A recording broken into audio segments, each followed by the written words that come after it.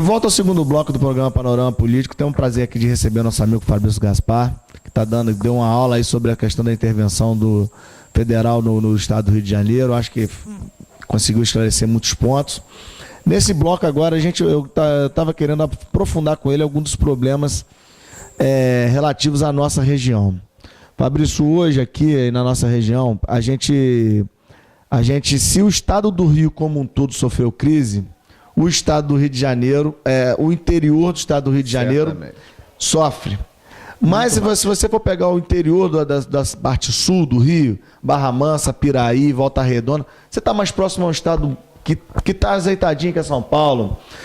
Se você for pegar ali a região de Itaperuna, Campos, você tem ainda a sua manutenção de econômica, cultural. Sim. Você tem a região dos lagos, que é um setor de atração turística que, por si só, ele se movimenta. Mas a nossa região centro-norte, ela foi abandonada.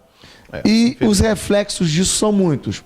Nós enfrentamos hoje vários problemas na parte de segurança, na parte da saúde. Nós estamos aí com um problema insolúvel na saúde de Cordeiro, que é o Hospital Antônio Castro Cordeiro, que a gente fica assim... E o problema é que essa situação do Hospital Antônio Castro, ela não se limita ao município de Cordeiro. Como a saúde hoje é vinculada ao sistema único e universal, né, você tem aí o problema que é gerado na cidade de Cordeiro, mas que reflete de forma direta em todos os municípios do entorno, porque a ausência de um atendimento médico em Cordeiro, ela vem a sobrecarregar as demais unidades de saúde do entorno. Então, infelizmente, é um problema muito sério e que demandava uma atenção especial, né, das autoridades públicas nesse sentido. Mas, infelizmente, nós temos aí imbróglios jurídicos reais que impedem, por exemplo, não estamos aqui para apontar erros de ninguém, mas a situação jurídica hoje do Hospital Antônio Castro impede que a Prefeitura de Cordeiro firme novo convênio com ele. E sem o convênio da Prefeitura, o hospital não tem viabilidade econômica de seguir, porque é uma instituição privada, né? Então, infelizmente, são situações que você não tem uma solução rápida, como todo e qualquer problema de saúde demanda uma solução rápida e eficaz, que geram, né, prejuízos para toda a região. O Hospital de Cantagalo, que funciona, e funciona bem, a gente tem que reconhecer isso, está sobrecarregado, né? Outras unidades, Bom Jardim até Friburgo, já é um pouco mais longe, é mais difícil chegar. Então, infelizmente, a nossa região, ela padece de uma cegueira externa. O que eu quero dizer com isso? Os representantes que vêm aqui de 4 em 4 anos pedir voto para si, e algumas vezes de 2 em 2 anos pedir voto para os seus candidatos preferidos nas eleições locais, parece que depois eles esquecem que a gente existe, né? Esquecem que aqui existem escolas estaduais, que aqui existem pessoas que pagam impostos, e infelizmente nós temos essa situação. É muito importante a gente saber... Uma região com grande potencial, né? Um potencial turístico único, talvez no mundo, um potencial agrícola, tá? Muito interessante. Nós não podemos pensar que a nossa região, ela é uma região economicamente inviável, muito pelo contrário. Nós temos aqui mão de obra, nós temos uma massa populacional pequena que ela não tem potencialidade. Os políticos não podem mais olhar para essa região como um baixo potencial de pessoa para existir, de votos. A pessoa, para existir, ela precisa comer e ter um teto para dormir. Uma casa é feita de cimento. De onde sai o cimento do estado do Rio de Janeiro? Sai da região serrana. E precisa comer. O leite que ela toma no café da manhã sai da região serrana. As verduras e legumes saem daquela região maravilhosa de produção, né, do entorno de Friburgo, São José do Vale do Rio Preto, Teresópolis, Bom Jardim. A carne que está no prato também sai da região serrana, ou seja, a região serrana, ela é economicamente viável. Tem mão de obra, tem viabilidade agrícola, agrária, tem viabilidade turística e já possui estradas que interligam seus municípios. Estão em péssimo estado, com boas mentalidades, bem instruídos. Aqui não tem nenhum matuto. As pessoas aqui têm, os empresários, as pessoas daqui são muito bem instruídas, tem uma qualificação muito boa em diversos segmentos, ou seja, sim, claro. São pessoas esforçadas. É um bom nível de escolaridade, porque aqui o ensino ainda não sofre tanta dificuldade que um bom outros nível de centros... escolaridade. E, Duda, são pessoas esforçadas. Quantas pessoas você conhece que moram em Cantagalo, Cordeiro, Macuco e que durante 5 anos de sua vida saíram das suas casas para ir fazer faculdade em municípios do entorno longe, como Friburgo, como Além Paraíba, como Campos, inclusive. Então, as pessoas que possuem a sua residência aqui, escolarizadas ou não, as não escolarizadas são pessoas de trabalho. E as que são escolarizadas são guerreiras lutadoras que, ainda morando longe, enfrentaram todas as dificuldades da distância para poder se qualificar um pouco mais. Então, eu penso que a região serrana é, sim, uma região muito especial do nosso estado. Mas, infelizmente, eu também não consigo entender o porquê, né, a essa cegueira. Acho que é um momento de pensar, um momento de conscientizar as pessoas e pensar que, infelizmente, eu não queria tocar nesse assunto, mas vamos tocar, né?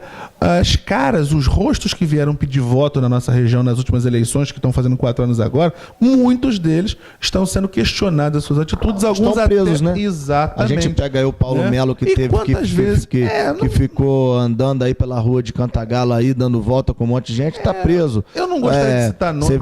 Mas eu cito. Você pega aí os piscianes, que tinham placas espalhadas por vários locais aqui também, estão presos. Reiteradamente. E vamos citar outros aí, que na hora da decisão do voto importante para a população, votaram contra a população, como o seu André Correia, como podemos mais citar aqui, o próprio lá, o Albertassi, que está preso também. Tá preso. Então, assim, então, eu acho que a população daqui também, eu acho que ela vai ter que ter um pouco mais de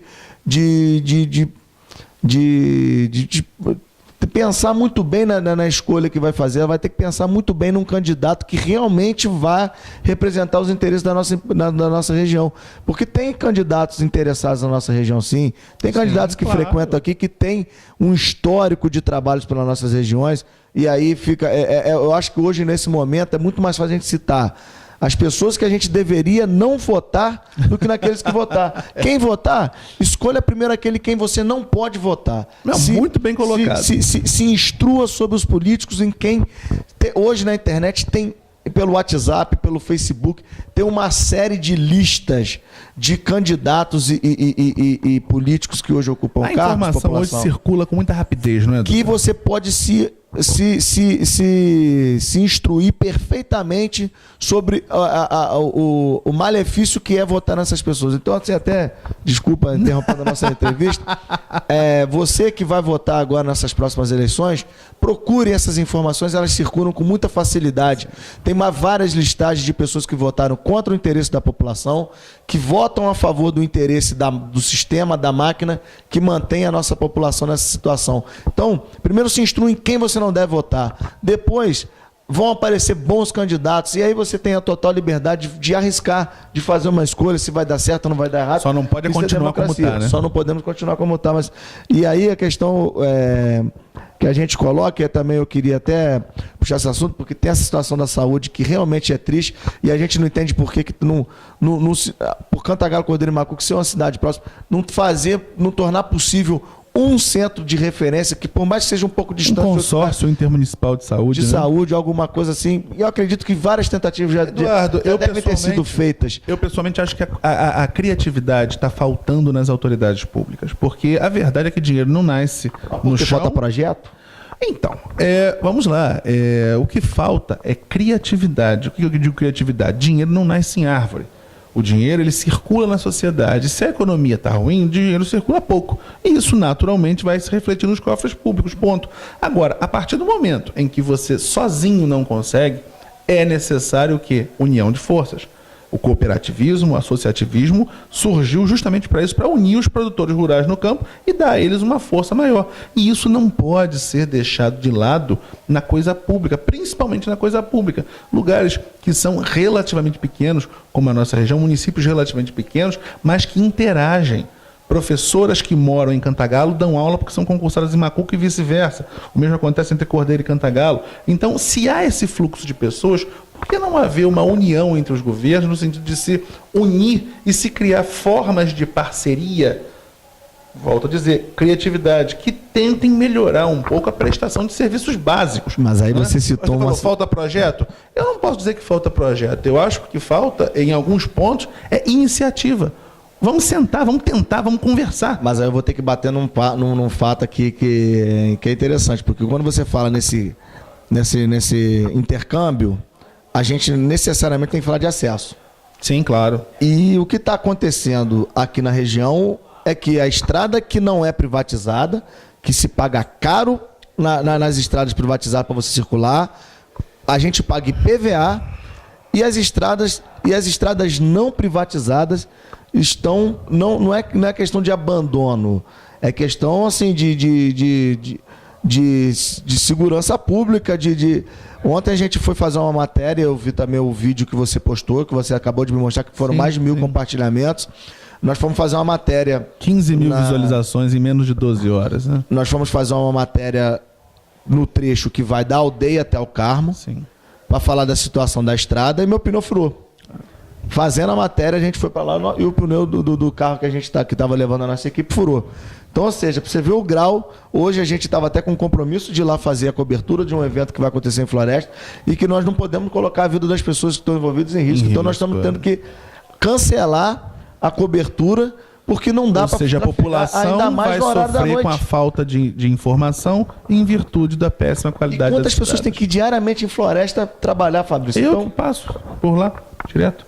O que acontece, Eduardo? Realmente, ontem, dia 1º de março, eu quase sofri um acidente muito sério. Meu carro, eu desviando de um buraco, barro na estrada, meu carro, infelizmente, ele sambou e eu quase caí numa ribanceira. E quando eu vi aquilo, eu parei realmente, gravei um vídeo. E foi interessante que, enfim, eu nunca tive essa postura de ficar gritando em redes sociais. Acho que as redes sociais são importantíssimas, mas não tinha feito isso. Mas foi uma revolta tão grande que foi, assim, abraçada espontânea por pessoas que estavam passando. Mas o problema das estradas, ela retira a sua mobilidade e ela concentra os problemas. A gente começou esse bloco falando do Hospital Antônio Castro. A partir do momento que a população de Cordeiro não tem um atendimento médico próximo à sua residência, ela precisa ir para outro lugar. Por que está sobrecarregando mais Cantagalo do que Bom Jardim e Friburgo? Porque as pessoas de Cordeiro, muitas delas são humildes.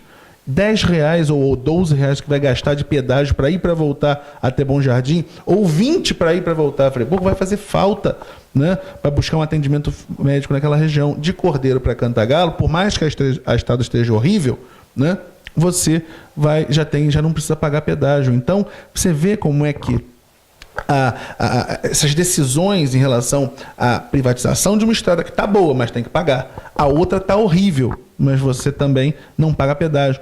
Como essas decisões que o governo do estado tomou, que é a RJ-116 é uma estrada estadual, a RJ-160, onde você acabou de citar, Carmo Cantagalo, é estadual, mas ela está intransitável.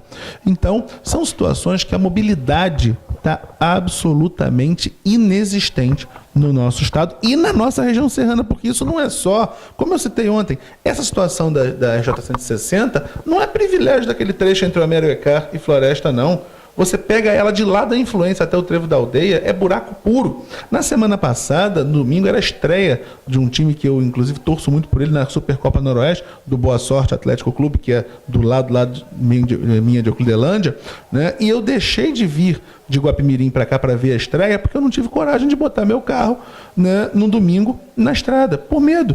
E aí o que é por medo de quebrar? E ser assaltado, e ser roubado, ou ter algum problema ali, porque também o sinal de celular não tem. E isso não é privilégio daquela estrada. Semana passada eu passei pela Friburgo-Teresópolis, a mesma coisa. Ontem um carro parou para interagir comigo, até batendo palma e concordando com aquilo que estava falando, e contou que a estrada que liga Carmo a Nova Friburgo também está esburacada. A RJ 152, principalmente no trecho entre Boa Sorte, Laranjais e Itaucara, está igual ou pior à RJ 160 entre Carmo e Cantagalo. Então, o que está acontecendo que a região serrana está tão Fabrício, abandonada? mas aí que está também, aí eu falo, aí eu tenho que falar, A gente explode, né? Eu não posso me conter, mas tem político que ainda recebe o Marco Antônio Cabral aqui na região. Tem político que ainda recebe o Marco Antônio Cabral aqui na região. É complicado. Porque eu vou falar honestamente para você, o Sérgio Cabral, eu toda vez que eu vejo o Sérgio Cabral na TV, na época ele era governador lá, com imagens de arquivo, com aquela pose, com aquela posição, como se nada tivesse acontecendo. Esse homem trouxe o caos, não só para o estado do Rio de Janeiro, para esse país. Ele foi um dos instrumentos dessa política maluca que tomou conta do país. Ele foi taxado pela Veja como o maior larápio que governou o estado desde Mendes Sá. Eu tento identificar... Foi taxado pela revista Veja dessa forma. Eu tento identificar um ser humano que, comprovando-se todas as acusações que ele está sofrendo, vai lá que ele de repente é inocente. Não sei, né? Algumas ele já foi condenado. Sim. Algumas ele já foi condenado. Então, ou seja, provou-se na justiça que ele é culpado. Então não tem ninguém aqui fazendo nenhum tipo de acusação leviana. Mas para mim ele foi o maior corrupto da história da humanidade. Ele foi o maior ladrão da história da humanidade. Ele nenhum ser, citar, né? Não, perfeitamente, mas nenhum ser humano na história da humanidade foi tão ávido, foi tão voraz em desrespeitar o ser humano e o próximo e o dinheiro público, como esse Eduardo, você sabe que eu sou muito contido. Eu sou muito contido. Eu quero apertar sua mão porque eu sou obrigado a concordar. Não, sou obrigado a concordar. Porque a gente precisa deixar claro para a história e que a gente, na nossa humilde transmissão, que também vai para o YouTube, nosso canal no YouTube, Facebook e tal, que fique registrado. Porque esse ser humano, para mim, ele só falta o bigode para caracterizar como Hitler. Porque ele matou nas estradas, ele matou nos hospitais, ele matou na segurança pública, crianças morrendo na cidade do Rio de Janeiro, crianças morrendo o tempo inteiro nas estradas. E tudo indica que nós, seres humanos, nós né? adultos, temos a capacidade de nos proteger. E as crianças, o que estão sendo feito com as crianças desse país, e principalmente no estado do Rio de Janeiro, verdade, grávidas sendo atingidas por balas, atingindo fetos, é porque se chegou nesse ponto e não tem como desassociar da gestão que foi feita nos últimos 8 anos. O Pezão é bucha nessa história toda. Embora ele fosse vice, mas ele estava lá, ele não tomava decisão nenhuma. Se ele se beneficiou ou não, a justiça está aí para provar. Conivente por omissão. Conivente por omissão. Agora, eu acredito que nem ele e nem a maioria dos funcionários tinham ideia do tamanho das atrocidades que foram cometidas durante o governo Sérgio Cabral. A cada dia nós estamos nos assustando mais com o que vem surgindo. Né? Médios deixando estragar para poder votar e poder ganhar ainda um pouco mais. Você ganha na compra e você ganha na devolução do remédio estragado. Isso é desumano. Tudo indica, né, Duda, que não se acendeu uma luz ou não se acendeu, não se ligou, não se abriu uma torneira durante o governo Sérgio Cabral, sem que algum interesse escuso tivesse sendo envolvido, né? Então, é muito triste isso. Uma máquina de corrupção. E a prova disso, Eduardo, que, infelizmente, se você for ver os vídeos de campanha, porque tudo começa na campanha política. Sérgio Cabral foi deputado estadual, era o caçador de marajás da Alerj, né? Inclusive, quando ele era presidente da Alerj, ele caçou os marajás, acabou com os marajás, foi uma coisa muito interessante. Tudo que ele fez ali foi contra a lei. Ele queria fazer uma vitrine política. Então, ele criou um passivo para o Estado, ou seja, ele cortou remuneração de funcionários que tinham direito àquelas remunerações. Né? E aí o que acontece? Esses funcionários entraram na justiça. Anos e anos depois, quando ele era governador do Estado, ele teve que pagar as indenizações que ele mesmo criou na Alerj. Então, nesse mundo, aqui se faz, aqui se paga. É uma realidade. Isso foi só um primeiro ato. Depois ele foi senador e se tornou governador através do voto. Né? E aí o que acontece? Se você for ver os vídeos da primeira campanha dele, da segunda campanha dele, são vídeos que levam a gente pensava que era uma pessoa realmente séria, uma pessoa diferente. Citando as cidades nos debates políticos, citando Cantagalo, citou Cordeiro, citou Bom Jardim, ele se mostrava esse envolvedor. Embora a gente, naquela época, quem tivesse um pouquinho, já soubesse de algumas denúncias no que diz respeito a Detran, no que diz respeito a Alerj. Mas não tão grande, mas né? Ninguém imaginava essa avidez pela improbidade administrativa. É uma coisa que, para mim, é assustadora, o ser humano chegar nesse nível. Outro dia eu vi até depoimento com as mães, que me desculpem, da mãe do Cabral, tentando dizer que o filho dele não merecia aquele tratamento, né? Que foi algemado pelos pés. Jesus, né? Ela é mãe, a gente respeita todas as mães Mas agora, se ela se colocasse no lugar de outras mães, uma resposta de uma médica, né, que foi bem contundente. Eu acho que se um dia ela tivesse a capacidade, talvez esse depoimento explique o porquê o filho dela é quem é. Porque se ela se colocasse no lugar de tantas outras mães desse estado do Rio de Janeiro, de pessoas que abriram a geladeira durante meses e só tinha uma garrafa de água, talvez ela tivesse vergonha de fazer esse depoimento. A realidade é que a gente precisa, naquele caso em especial da mãe, sopesar a questão coletiva e a questão individual. Né? Eu escutei uma frase, uma das frases mais lindas que eu já vi na minha vida, foi dentro de um curral, que foi um senhor, um produtor rural, falou para mim: eu não gosto de tirar leite. Eu falei: mas o senhor vive de leite há quantos anos? Desde que eu nasci. Mas eu não gosto porque para mim não existe um homem que leve mais pecados para o túmulo do que o retireiro. Porque o retireiro que impede que uma mãe alimente um filho, que é quando ele impede que a vaca alimente o bezerro, né, é o homem que leva mais pecados para o seu túmulo. Então, a relação de maternidade é uma relação, acho que dentro da nossa estrutura humana muito profunda, e aí a gente entende o que a mãe está sentindo, entende a revolta, e por ela ser quem ela é, né, ela tem espaço em alguns locais da mídia que dão uma repercussão. Mas, por outro lado, o que vem à tona sobre o filho dela é realmente muito revoltante. Né? A revista Veja, como eu falei aqui, taxou o Sérgio Cabral como o maior larápio que ocupou o Palácio das Laranjeiras desde Mendes Sá. Mendes Sá foi o fundador, meu Deus do céu, quando o Brasil era colônia. Então, gente, é uma situação muito complicada e a cada dia nós vemos mais acusações contra ele. Mas o que revolta no caso do Sérgio Cabral é o seguinte: não é apenas o roubo, porque você falou o maior larápio, sim, roubou, parece ter roubado demais, mas parece ter desviado demais ou se afastado demais da coisa pública, mas outros já estiveram no lugar dele, em outros lugares, e talvez, não estou dizendo, contradizendo, mas tenham feito tão parecido, igual, ou o povo sofreu tanto quanto do Rio de Janeiro. O problema ali é que havia uma ostentação. E quando eu falo em discrição, não sou melhor do que hoje ninguém. Nenhum arrependimento, né? Exatamente. Então o que acontece? Você via um governador que nos fins de semana ia de helicóptero para Mangaratiba. Enquanto o governo estava indo bem... Ele já fez o translado do cão dele de avião, de helicóptero. O problema é que ele não estava fazendo isso com o dinheiro dele, porque andar de helicóptero muita gente anda, tendo dinheiro anda. Agora o problema é que éramos nós que bancávamos isso. Mas enquanto, por exemplo, você tinha no primeiro governo dele hospitais sendo construídos, estradas sendo tapadas, saúde razoável, enquanto você tinha um crescimento que é paralelo à economia, a economia estava boa naquela época, né? As pessoas até deixavam passar isso. Agora, quando a coisa foi caindo, e aí vai surgindo tudo o que a gente realmente está vendo agora, aí realmente o coletivo fica... É porque não se investigava, Fabrício. A verdade é que a Lava Jato foi É verdade. A chave mestra... de mudança na nossa história. A ponta de mudança. Até a Lava Jato não se investigava, a verdade é essa. Pós-Lava Jato, com as investigações, veio à tona tudo aquilo que ninguém podia provar. Se eu estivesse falando isso antes da Lava Jato, eu possivelmente estaria sendo processado.